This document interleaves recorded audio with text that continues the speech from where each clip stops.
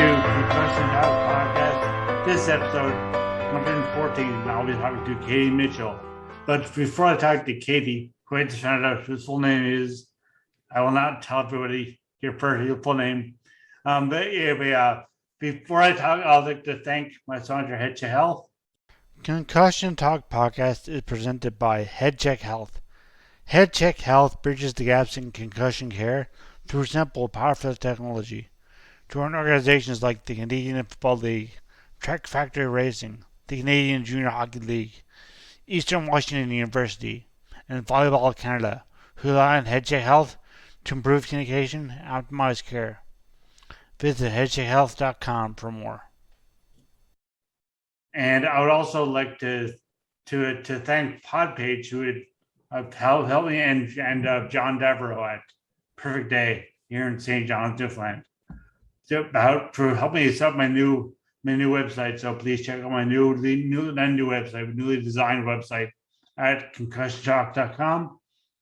And of course, follow me on social media at Concussion Talk, on Patreon, patreon.com/concussion talk. YouTube is some crazy, I don't know, it's like GAWZ4s, who knows? It's some crazy thing. So yeah, so follow me there and subscribe, rate, and review, but the new website should be good for guiding you wherever. So concussiontalk.com. And now, after my big long spiel, Katie, it's been forever since we've actually talked. It feels like we figured about last 2020, probably. Yeah, it had to have been late 2020 or maybe early 2021. It's kind of that whole. I feel like the last year sort of just evaporated on me. So yeah, it's gone way faster than I expected. You were in the midst. You were my last talk number. You were just not ending your PhD because your PhD was still is ongoing, but you were like having to take a break from it because the shutdowns and all that stuff and all that fun stuff. So if you want to just remind everybody what your PhD is and just how it's going now, what all these shutdowns and stuff and where you are with that, if you as far as you can tell.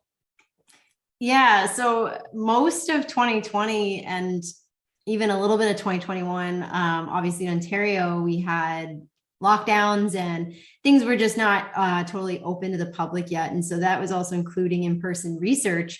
And most of my PhD involves in-person assessments for our studies and projects. So that obviously had a bit of a wrench thrown in it. And so, there was probably about a year there where I was off, and then that allowed me to kind of build up my business and my clinical practice, which was a good time to develop those platforms and the space and everything. And so I was really fortunate to have that to fill the gap. And so I wasn't just left kind of not being able to do anything.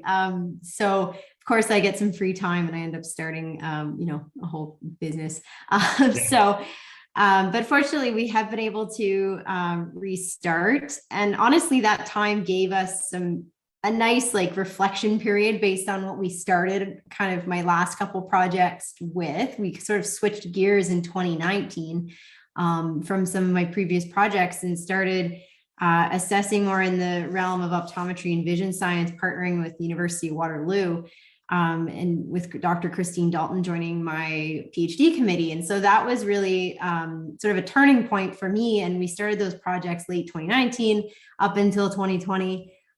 Assessing dynamic visual acuity in athletes and non-athletes, and also factoring in things like concussion into that as well. And we were kind of manipulating things like posture and movement and looking at kind of dual tasking with that. And so some of the earlier stuff we have presented at ACSM, for example, this conference is still ran virtually, so we were still able to share some of that. So it was interesting to kind of get some of those projects sort of somewhat out in the world, although they weren't entirely finished because we still had to finish the data, the data collection, because it wasn't quite big enough yet. And so we were able to revisit that in 2021 And I basically was just inactive for the year of 2020 from March to December, and then returned Inactive to as you ever are.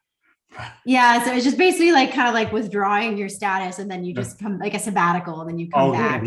I only last like bit of my PhD was data collection and writing, and I can't really write until I have the data. So there wasn't much for me to do in that time that I couldn't just do on the side. And so I wasn't actively in my doctorate at the time. So returning to that in 2021, it was obviously very busy because now I had this new business and then also this PhD, which both those things take up a lot of my time. So it has been, like I said, it was a long but also really short year because it was just very busy building out a new practice and an education platform and such as well. So we were able to kind of get those projects rolling, and I think we closed the book on our first one, and then we're finishing the last project as well. And so I think I'm about 3/4 of the way done that sample. So hopefully finishing that up, but also again, recent lockdowns kind of affected my ability to recruit athletes. So that's also been another barrier as we kind of had these rolling lockdowns, but seemingly towards the spring, we're not going to have those types of things happening anymore as much, like hopefully. So we're able to still really follow all the guidelines and sort of precautions and safely conduct our research. So that's been really helpful. Yeah. So I have a whole bunch of questions. We didn't really plan for much in this, for any question of this podcast, or I didn't, and I don't think Eddie did. And but now I have these. First of all, I want to know about dual tracking because I got a tweet about that today, but also dual tasking, say. But also, so what like your PhD you're studying because we first talked about concussion and vision, and also I am now doing vision therapy at the local exciting optometry, and that's going well, and I'm using a lot of the Brock string, and which is I think is the guy over Brock named that string. What a rip off! But he just put a string, put some beats on a string, and said, "That's mine." All right. Anyway, that's just had the point. But more or less, what are you doing towards about concussion and eye? What's your PhD theme? I guess. Don't see. Yeah. So essentially what you said there was like dual tasking is basically the ability to divide your attention amongst like dual V2 tasks. Whereas often, I think a lot of the time we see what people call dual tasking actually being more like a multitask where there's much more than just two things happening. But we're essentially looking at like more applicable ways to assess vision. Like, so typically in a vision assessment would be conducted in seated. But then you add standing, and that's now a dual task because now you're just the act of standing itself is another task. And there is some part of our attention that we actually do put into maintaining balance depending on the conditions. Right. And so there's like concussed athletes and concussed people in general. Just that's it. Yeah. So there is an element of, if you're standing and maybe you're standing on foam, for example, that's going to take up more attention than just standing on flat ground versus like standing on one foot. And so when we add in a secondary sort of vision challenging task, so for us, we're using a dynamic visual acuity software. And so basically that's the ability to resolve the critical details of a target that's in motion or there's presence of motion. So you could be moving as well. So if you imagine trying to read like a street sign while you're walking down the street, that's dynamic visual acuity. So anything where there's a presence of motion and you're trying to read something, if you're in a car or something and you're going by and you're trying to read signs. So that's basically what dynamic visual acuity is in its simplest definition. And so a lot of it is traditionally, you maybe have seen this evaluation or had it done is we're like, a clinician, or perhaps maybe there's a metronome and you just do head rotations and you try to read an eye chart. Whereas like that's also stimulating a lot at the neck and also stimulating the vestibular ocular reflex just for gaze stability. But what happens when you're stationary and the target's moving around and you have to recognize the target? So that's kind of what we look at. It's like a video game eye exam. So it's not just an eye chart. It's like a software program. And that was developed by Dr. Christine Dalton at the University of Waterloo. And so we've been using that program that she's previously tested where she's compared like athletes, non-athletes, and video gamers to, assess them with the sort of video game eye exam. Yeah. And what they found in seated was that athletes were more superior at certain levels of speed. So at the faster speeds than video gamers and sort of our control, like untrained athletes. Yeah. And so this idea that perhaps athletes kind of have a superior level of like sort of that attentional capacity or processing to be able to attend to a task like that and perceive a moving target. We took that and we were like, okay, well, what happens when an athlete has a concussion? Yeah. And now we are factoring in like this injury that affects these perceptual visual processing pathways and also attention, cognition, bunch of different things. How does that then affect that ability? Is there a difference between athletes and athletes like with and without concussion? Is there a difference kind of just between the athletes and controls? But we were like, what are more applicable scenarios? And so that's like standing and walking and other things. So what happens when you are in motion, when you have to consider your own balance control versus just doing it seated, where you'd think maybe seated would be applicable to like a classroom or like an office. But an athlete is typically upright in motion. They have higher levels of like heart rate and exertion that could potentially impair some of those things. And so that's where we've kind of taken a direction with our research to just like sort of look at all those domains together and sort of collapse the silos together to look at integrated assessments so that it's not just like vision is tested over here, balance is tested here, and then we do a cognitive test separately. It's like if we can do kind of all of that with one assessment. And so that's kind of what we've been working on for the past couple of years. Well, that's pretty intense. And you were saying like that you started, and I know from your Instagram and stuff that you have started a new clinic. So how does this apply? How did what you just? I don't want you to go for that again because that'd be long. But if those separate visuals still are balance things out, but how do they apply to say or both as they start up just your clinic and then how would those tasks apply to your clinic? Yeah, so I've always wanted to bridge the gap between my research and my practice, and I was limited to that by just not being my own boss. Essentially, like I worked for amazing clinicians and employers, but it came down to kind of creating something that didn't exist. And so, well, what I've done with Thrive NeuroSport is create a space that's kind of this blend of like having sort of an assessment treatment room that is private, that I can control the variables like light and sound and all those extra sensory things. But then I've got, the bigger gym space accessible to me as well with the square footage to be able to move and run and cut and pivot and do things with an athlete to get them to return to sport competition level. And so the idea was to have sort of the resources on hand to, like I said, one, start from the very beginning when we need to control all those variables, and then sort of work towards adding in elements as we go and integrating those clinical domains and throwing in maybe a little bit of chaos in there too, to mimic what real life and real like sport competition scenarios are. And what I've always found is I've either had like not enough space to do that, or perhaps maybe it was like too quiet or too sensory controlled and you weren't able to really open up a bit.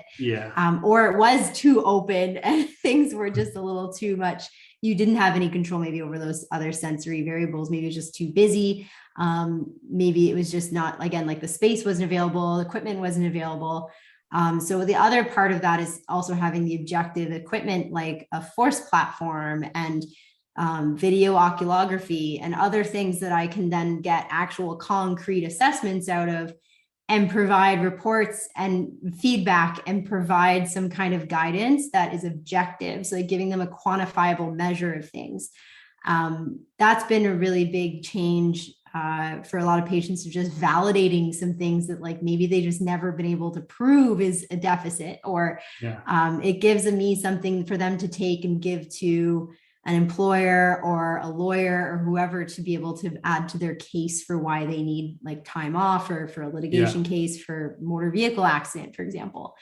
The other side of that too is we can objectively track recovery and then look at the results over time with laboratory grade equipment that can give us some answers and help us determine when things have improved.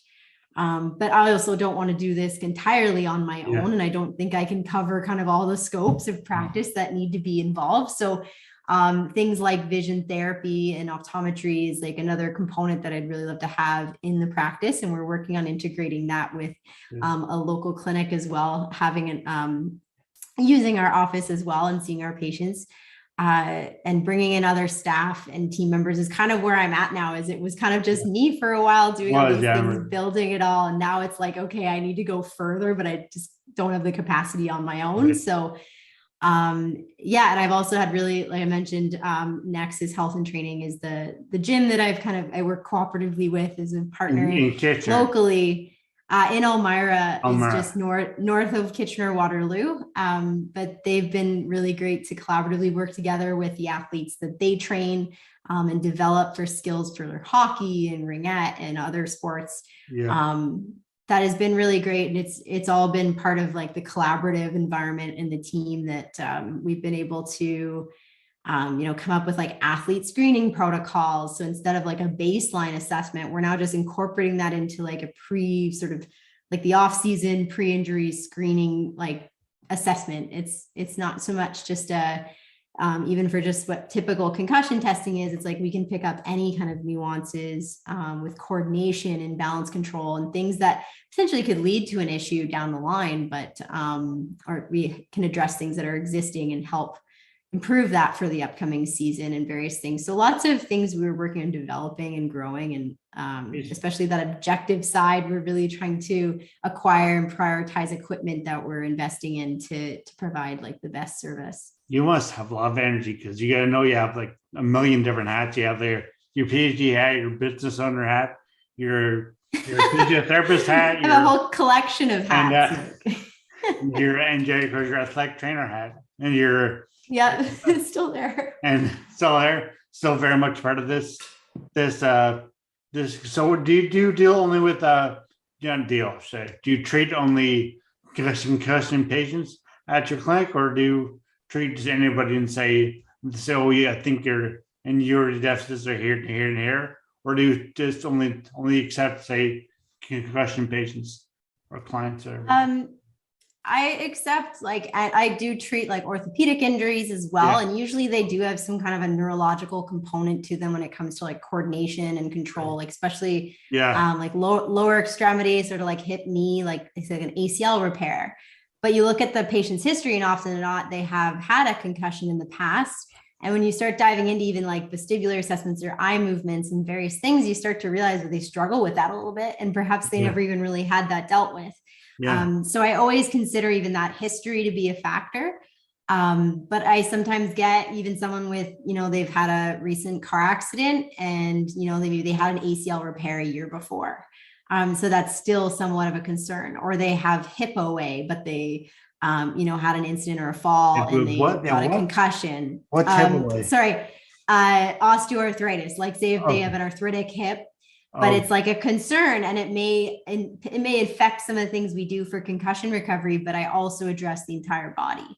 Because I do believe there's like that connect between the brain and the body, and you kind of you can't tease them apart. So I often use like a lot of movement and a lot of exercise prescription. So it does come down to kind of regular strength and conditioning principles at the end of the day, but considering sort of sensory variables like vision, vestibular, proprioception, the kind of that whole body coordination and awareness. Wow. So, I mean, I don't know what else to say really, because you have a lot of you're doing so many different things now, and not different things. This is all pretty much about concussion, vision, and of course, and I learned hip osteoarthritis. I got that. Is there OA is just the acronym for osteoarthritis. Sorry. So you're, I guess we can just on that head towards the end of this podcast with the Paralympics, which I know you're not directly involved in necessarily, but you're involved with sledge hockey. You're an leg trainer. It focuses on sledge hockey a lot. So you're off to Quebec next week?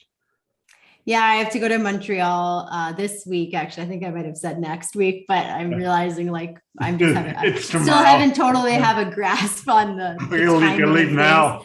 Yeah, I gotta leave in the morning. No, it's Friday morning to Sunday, but we're playing I work for the provincial like sledge team Ontario program as sort of, I call it a sports therapist because I'm an athletic therapist and a physiotherapist. So I'm on the bench with that team, and I've done that since oh gosh, I've probably worked with para ice hockey since 2013. And so I've been the lead with Ontario for a couple of years now, maybe 4 years. And so I have athletes that are going to Beijing for the Paralympics, which is very exciting. When those start? The first week of March is when the Paralympics begin. I think it's the and so hockey's right away is the first like for the off bat. They should be competing through the week, so I'm assuming they'll be starting right away. I don't know the schedule for ice hockey yet. I haven't looked that far ahead. Okay. But I haven't there's athletes that have been hockey players and now they've transitioned to be dual sport athletes. One of them being Christina Picton is a Nordic skier now, so it's like cross country skiing in a sit ski, and she just qualified for the Paralympics. So that's been really cool to see her journey and transition. And a couple others will be playing hockey as well, which is great. I'm really excited to watch them compete. But this is a really nice segue, Nick, because a lot of my interest actually lies in concussion and parasport, and the lack of guidelines that are inclusive to para athletes, or the lack of assessment tools, and sort of the applicability of a lot of the assessments that are like recommended. I know the consensus is supposed to be happening later this year. I will be going hopefully to Amsterdam to present for the next consensus on concussion in sport, because we haven't had an update since 2016. So it's a little outdated with what those recommendations are based on how much research has been done. But there has been a call and sort of this new consensus of parasport being developed, which one of my committee members, Christine Dalton, is also on that consensus as one of the primary investigators. So, or co-investigators, I guess. So that's been really cool to see that develop, and a lot of Canadian influences on that consensus. But I'm hoping that kind of once I wrap up sort of the research I'm working on now, that the future will look at sort of looking at para athletes and various assessments that we can employ for them that can improve sort of decisions for return to sport. So I'm really interested to see how these Paralympics go with the injury surveillance, because only in the last couple of Paralympics have they actually really been really focusing on recording like the amount of injuries, especially concussions, and identifying sports that are higher risk. And so they're starting to put a lot more spotlight on that, which is really, really nice to see. It is a complicated, obviously there's more factors involved with the various abilities of different athletes. And I think that's one of the things that we need to investigate more is if an athlete is a wheelchair user versus if they say have a prosthetic limb, like how do you then assess things like balance control and coordination or various other things for like return to sport, depending on what their sport is. So I think there's some really cool opportunities for moving forward and creating more accessible, I guess, clinical assessments and pathways to just be more thorough and also like more objective with those populations too. Right. And understand like the injury surveillance, I mean, that's obviously a good thing now with the today's Olympics. And so obviously you'd hope for the moving stricter, even higher surveillance, but of course they're mostly focused on COVID now, which is pretty sort of just part of it. But you're saying that they should get the concussion consensus is going to be in Amsterdam this year, and hopefully, hopefully exactly. I would love to. I was just talking to Melanie. I'm going to miss her last name, Veenhoven last week. She's in Dutch. She's lives in Amsterdam, and I was saying how I'd love to get over to Europe. So hope, and there's a chance or not a chance now. We got a lot of stuff to do. I'd love to go over there and just or just at least talk to people from the conference. And yeah, so it'd be great to have you or anybody there on the conference on the podcast. But yeah, and you've said so many good points about concussion and injury surveillance and parasport, and then that the need for concussion. Sorry, getting all just drink a bunch of water. So It's okay. got a bunch of liquid on, but yeah, I understand about the concussion surveillance in parasport and the need for that to be. Obviously, it's very. You said it's very good. The brain is complicated. Concussions are complicated anyway, but with parasport with different abilities, it's hard to just measure just the physical, just the things you can see, because there's also what they can see. You can't see it; they can see. And you gotta get more in depth. You can see it that their eyes are blurry, then you can't see that, and then they can see it, and then so whereas you can see with your vision things too. So yeah, based on the low vision athletes, especially skiers, Dr. Dalton she's done a ton of research with low vision skiers and classifying skiers. So like based on their vision assessments, they're classified versus typically a para athlete would be a physical assessment to be classified based on like strength testing and range of motion and other things and sensation, stuff like that. So it's interesting that just the typical protocol that we all follow right now was developed for the upright athlete and the athlete with no disabilities.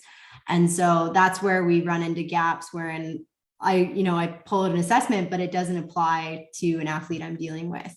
It doesn't help me assess them is one of the concerns. And also some of them have been through traumas that have already maybe had a brain injury. Yeah. So some of the symptoms on a questionnaire may be something they experience. Maybe they are taking a medication that causes them to have migraines or fatigue or dizziness on a regular basis. So that's one of the things, like considering, how they even acquired a disability, or perhaps, like I said, just if it comes to more of a physical assessment, is it appropriate for, a wheelchair user, an amputee, or, another type of athlete, maybe that has other sensory processing deficits that it doesn't capture accurately, like their abilities and wouldn't necessarily pass a test, for example.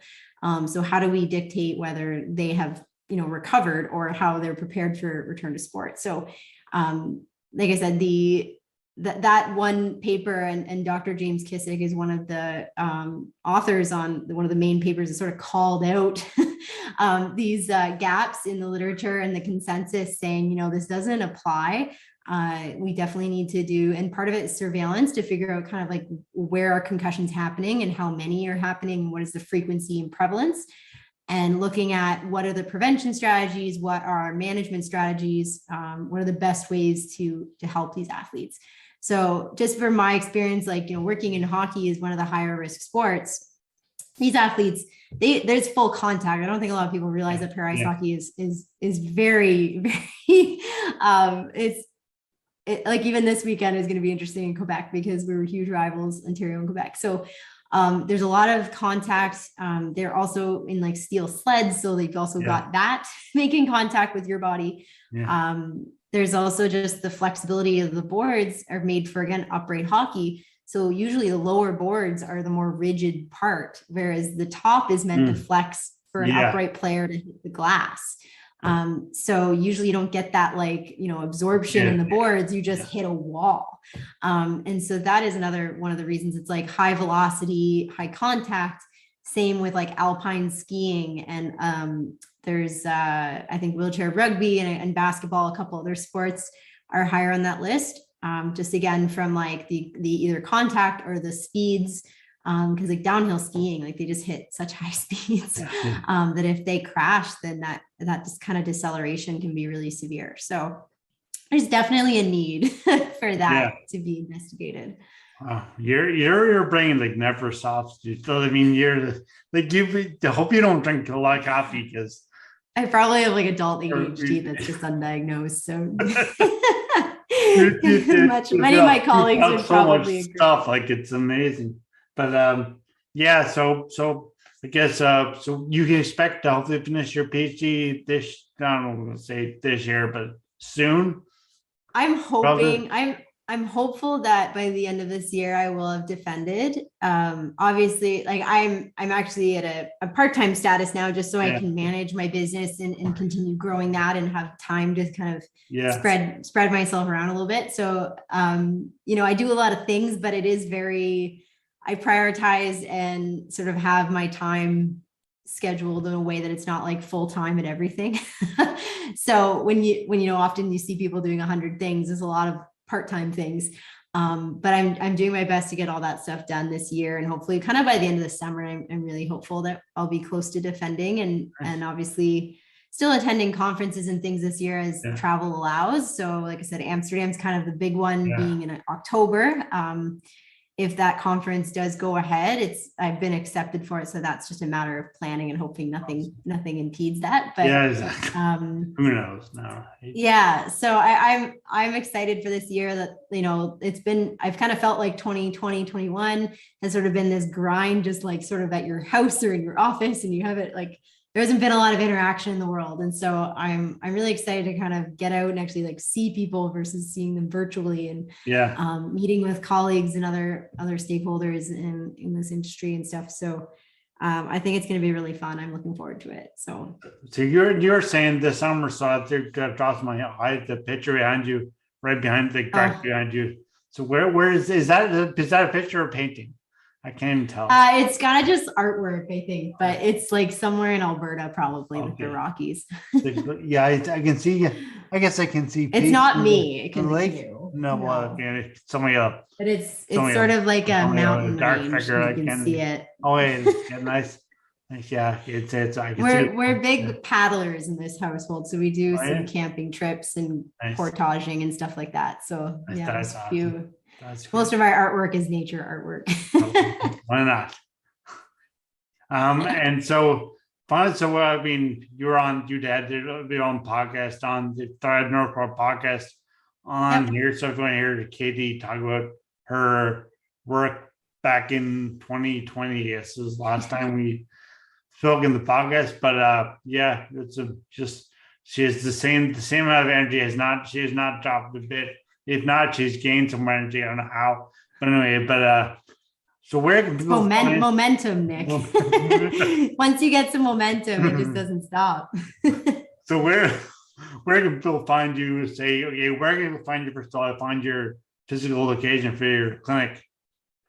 So Thrive NeuroSport is located in Elmira, Ontario. It's just almost like a suburb of Waterloo now, basically, but it's kind of central between Kitchener, Waterloo, and Guelph. So we're about 20 minutes from kind of everywhere.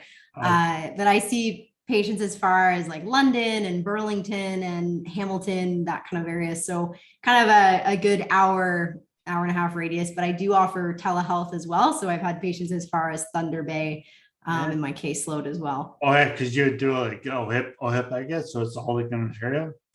So they can submit under their benefits for telehealth. That's been introduced in 2020. So I've had lots of virtual patients from all over Ontario. So they just have to be Ontario residents. That's one caveat. So for people who are not in Ontario, or if they are, but if they're just anywhere in the world, where can they find you online, or your papers, say about your papers or your Instagram and your Facebook, or all this stuff? Where can they find you? That's online. They can everywhere. So my website for Thrive NeuroSport is just thriveneurosport.ca. On Instagram, I'm at Thrive NeuroSport. And I think I'm on Twitter as Katie Mitch _ATPT, which I share a lot more kind of research and papers on there, just from the format of Twitter. But you can even look me up on as just Katie Mitchell on like Google Scholar if you want to find some of my publications. Cool. But hopefully I'll have some more. I haven't been able to publish in a little while, just from the breaks and sort of the ups and downs of everything, and trying to just finish projects, as we've had probably about 4 in the wings. So once those are done, I'll be probably publishing a bunch of things. But hopefully that we don't face any more of those restrictions and we can continue moving forward. But yeah, lots of places to find me. And I'm sure maybe you can even tag in my email here if you want. Yeah. Well, the no, I notes. might check the description, which will be on my new Hangout website, which we'll put out. Will be out next week. So we're recording this. We're recording this actually on Valentine's Day, which remind me about your post today about love in the brain and stuff. So I don't I know what you like did. about that, but I did. that's on your Instagram page. So you do a Yes, lot of that's stuff. the Thrive NeuroSport Yeah. Instagram. Yeah. Nice. Yeah. Well, so everyone check that out. And it's been great catch up with Katie and Katie. When I end this now, I'll say if we were, I'll end this, but I'll want to say right after we end the podcast. So for everyone else listening, this is it for you guys. I'm hanging up soon, or not, turn it off soon. But thank you, Katie. It's been great. It's been great, and yeah. So this hopefully will be out on next week, and then yeah. Hopefully, talk to you again. And yeah, thanks everyone for Thanks. listening. Thanks so much. Thanks. The music at the beginning of this podcast is by Ben Sound, www.bensound.com.